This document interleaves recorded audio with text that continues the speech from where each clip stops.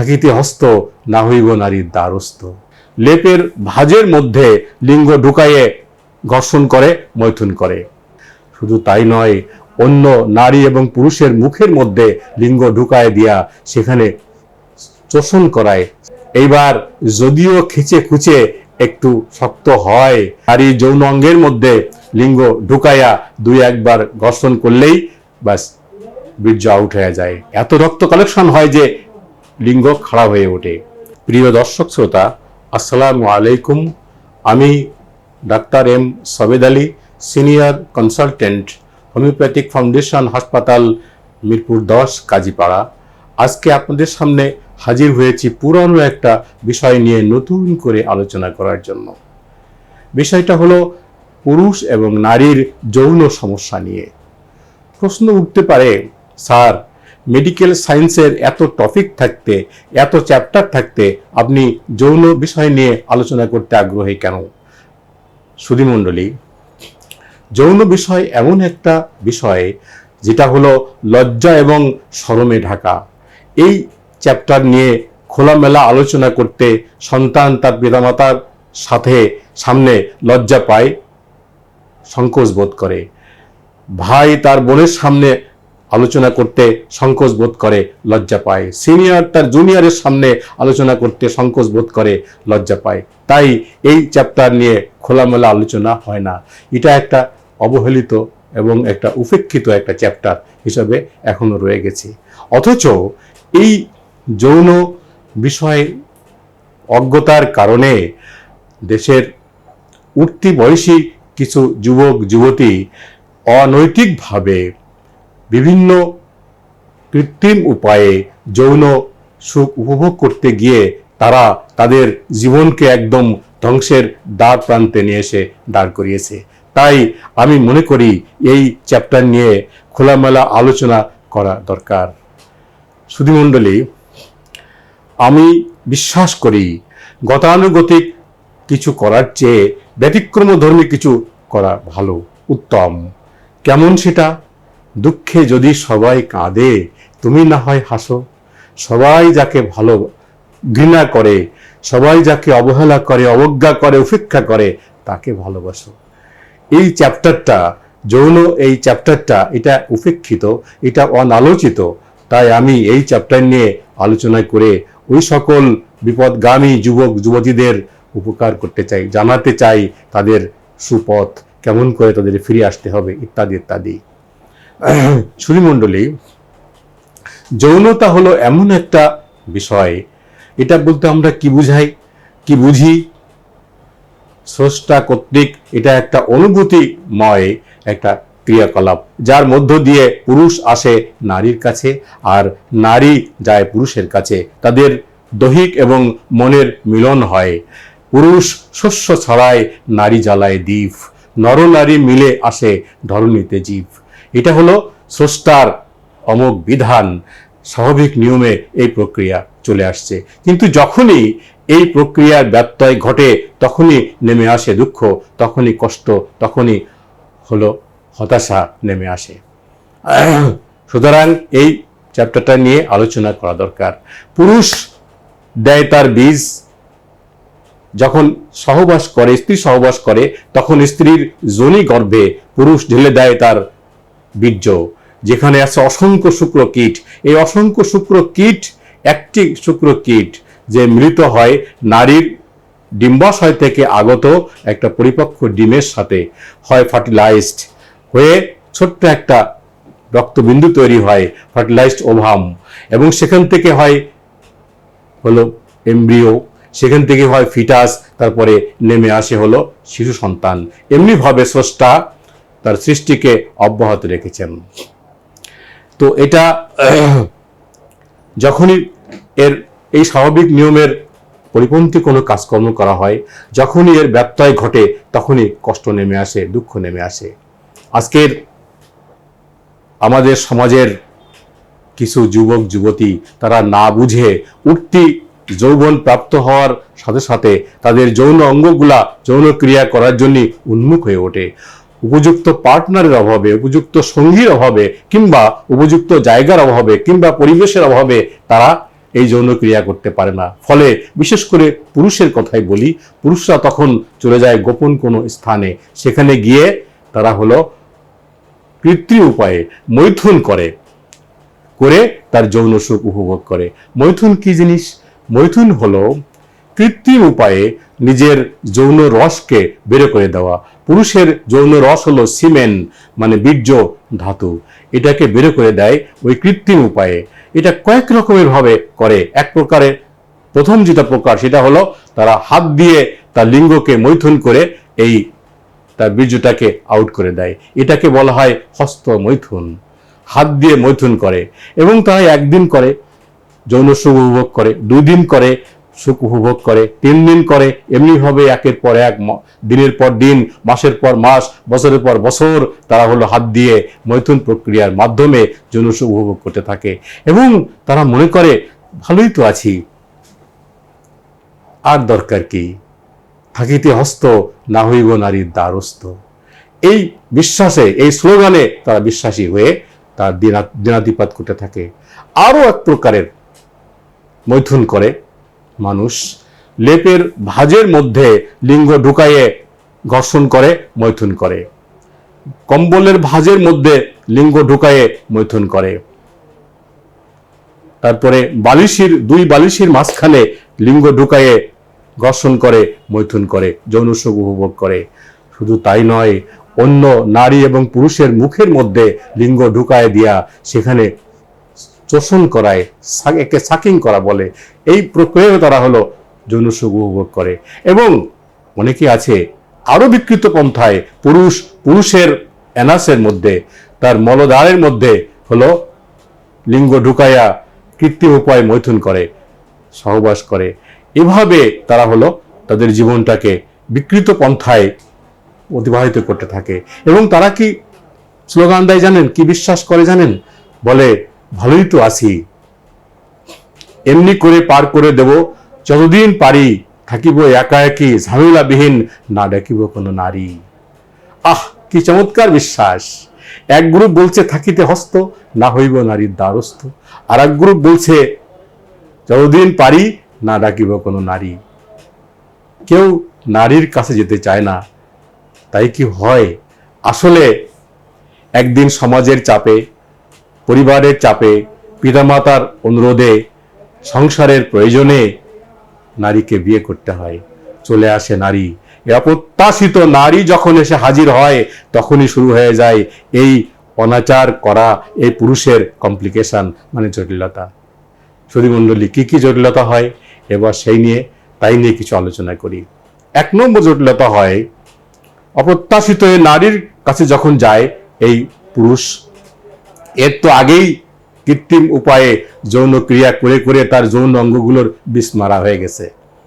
যখনই নারীর কাছে যায় তখন তার লিঙ্গ শক্ত হয় না। সর্বনাশ! এই লিঙ্গ শক্ত হয় না, এটাকে বলা হয় ইরেকটাইল ডিসফাংশন। প্রথম কমপ্লিকেশন শুরু হলো। লিঙ্গ শক্ত হবে কেন? দেখুন, লিঙ্গ এর ভিতরে কোনো হাড় থাকে না, আছে হলো ইরেকটাইল মাসেল, সংকোচনশীল আর সম্প্রসারণশীল মাংস, আর আছে কিছু শিরা উপশিরা, আছে কিছু ধমনী। যেখানে যৌন ক্রিয়ার সময়ে, যৌন ক্রিয়া যখন ইচ্ছা হয়, তখন যৌন হরমোনের প্রভাবে এই সকল শিরা উপশিরার মধ্যে, এই সকল ধমনীর মধ্যে রক্ত সঞ্চিত হয়, রক্ত কালেকশন হয়। এত রক্ত কালেকশন হয় যে লিঙ্গ খাড়া হয়ে ওঠে।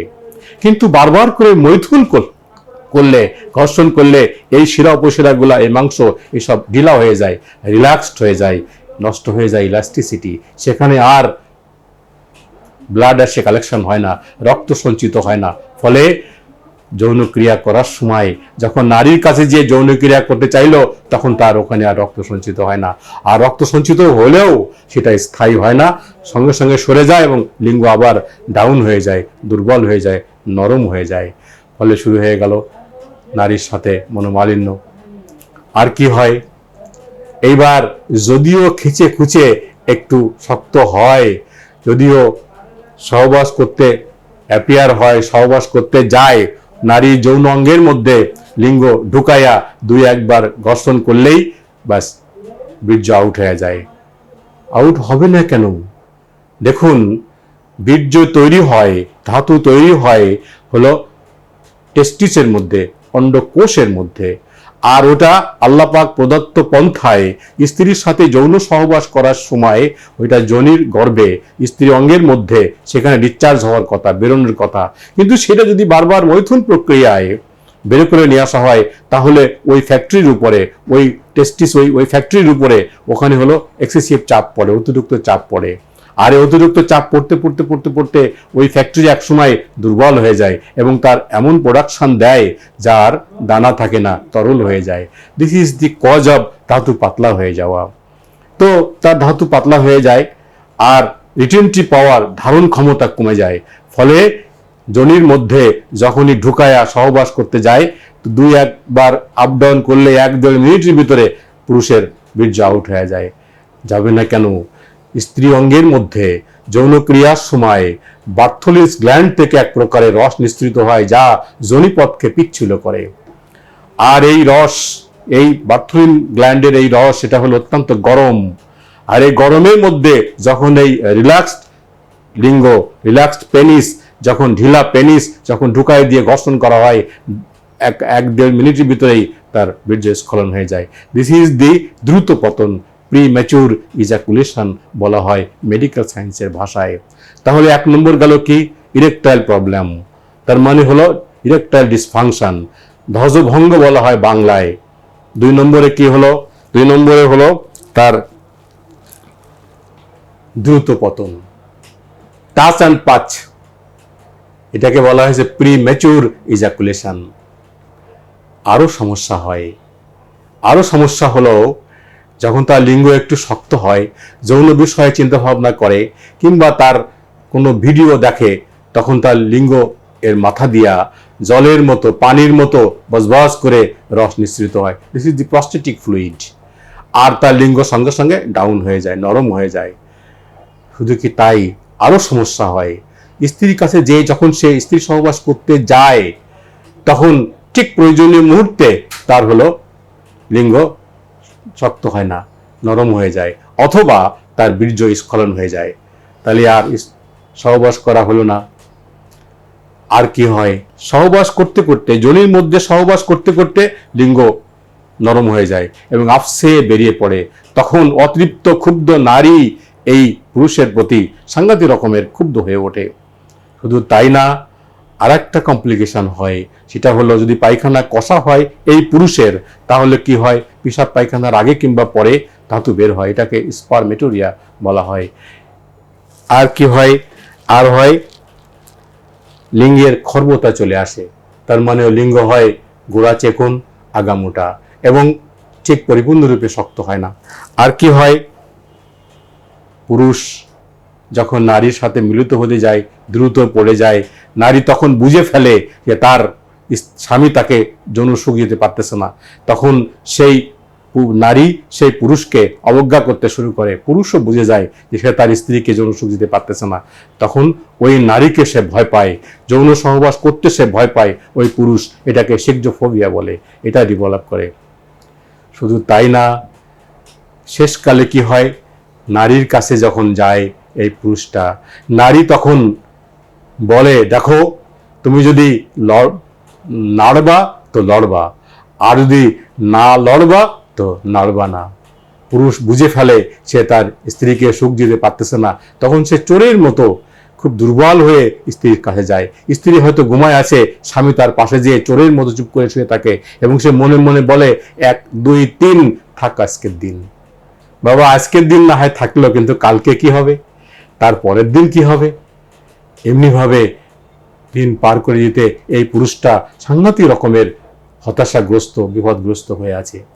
বাবা, কয়দিন করে গোপন মজা, কয়দিন উপভোগ করে গোপন মজা, সারা জনম তার পেতে হবে বিবেকের সাজা। এই স্ত্রীর কাছে থেকে মশারির মধ্যে তার হাবিয়া দোজকের যন্ত্রণা শুরু হয়ে যায়। এই যন্ত্রণার কথা পৃথিবীর কারোর কাছে বলে কোনো লাভ নাই। এই অসহায় পুরুষকে আমি আহ্বান জানাই, বাবা, হতাশা হওয়ার কোনো কারণ নাই। নিরাশ আধারে খোদা তুমি আশার আলো। আসুন আমি তাদেরকে পরামর্শ দিব, আহ্বান জানাবো, আপনারা কোনো ভালো হোমিও চিকিৎসকের কাছে আসুন। কারণ হোমিও চিকিৎসা হলো পার্শ্ব প্রতিক্রিয়া মুক্ত এবং এই সকল সমস্যার সমাধান দিতে ইনশাল্লাহ অনেকটা সম্ভব। তাই আপনারা দেরি না করে, হতাশাগ্রস্ত না হয়ে ভালো কোনো হোমিও চিকিৎসকের কাছে চলে আসুন। বাবারা, এতে গেল বিবাহিত পুরুষের কথা। আর যারা অবিবাহিত যুবক, এই ধরনের অনৈতিক কাজের সাথে সম্পৃক্ত, তারা আরো বিপদে আছেন। তাদেরকে আমি বলি, বাবা খবরদার, উপযুক্ত না হয়ে, অস্ত্র ঠিক না করে যৌন যুদ্ধের ময়দানে হাজির হয়েন না, বিপদে পড়ে যাবেন। তাহলে কি করতে হবে? বাবা, যে কোনো প্রকারের মৈথুনই করেন না কেন, উভয় গ্রুপকেই বলি, মৈথুন করতে হলে কোনো নারীর সাথে যৌন ক্রিয়া করতেছে এটা কল্পনা করতে হয়। আর এটা হলো গুনাহে কবিরা। আর গুনাহে কবিরা করে যদি তওবা ছাড়া কবরে যান, ঠিকানা কোথায় হবে? জাহান্নাম। বাবারা, যারা বিয়ে করেন নাই তাদেরকে বলি, বাবা যদি তওবা ছাড়া কবরে যান, ঠিকানা হবে জাহান্নাম। আর যদি বেঁচে থাকেন, তাহলে ঠিকানা হবে কোথায়? ওই মশারির মধ্যে, হাবিয়া দোজখ। অতএব আপনাদের কাছে আমার আহ্বান, আপনারা নিজেকে উপযুক্ত না করে, নিজেকে বিপদমুক্ত না করে, নিজের অস্ত্র ঠিক না করে খবরদার যৌন যুদ্ধের ময়দানে হাজির হয়েন না, তাহলে মস্ত বড় বিপদে পড়ে যাবেন।